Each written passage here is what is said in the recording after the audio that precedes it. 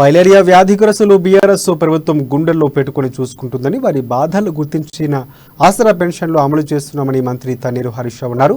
రాష్ట్ర వ్యాప్తంగా 40 లక్షల మంది ఫైలేరియా వ్యాధిగ్రస్తుల కోసం ఉచితంగా మందులు కిట్టు పంపిణీ కార్యక్రమాన్ని మంత్రి ప్రారంభించారు.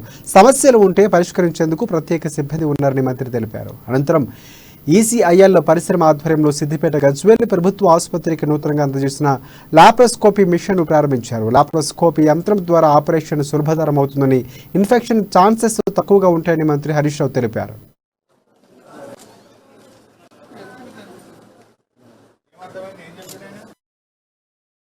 సిఎస్ఆర్ యాక్టివిటీలో భాగంగా నా విజ్ఞప్తి మేరకు ఈసీఐఎల్ కంపెనీ నుంచి 70 లక్షల విలువైన పరికరాల్ని మన సిద్దిపేట జిల్లాకు అందించినందుకు ముందుగా మురళీకృష్ణ గారికి, ఈసీఐఎల్ మేనేజ్మెంట్ కు, మా సిద్దిపేట ప్రభుత్వ ఆసుపత్రి తరఫున హృదయపూర్వకమైన శుభాకాంక్షలు, ధన్యవాదాలు.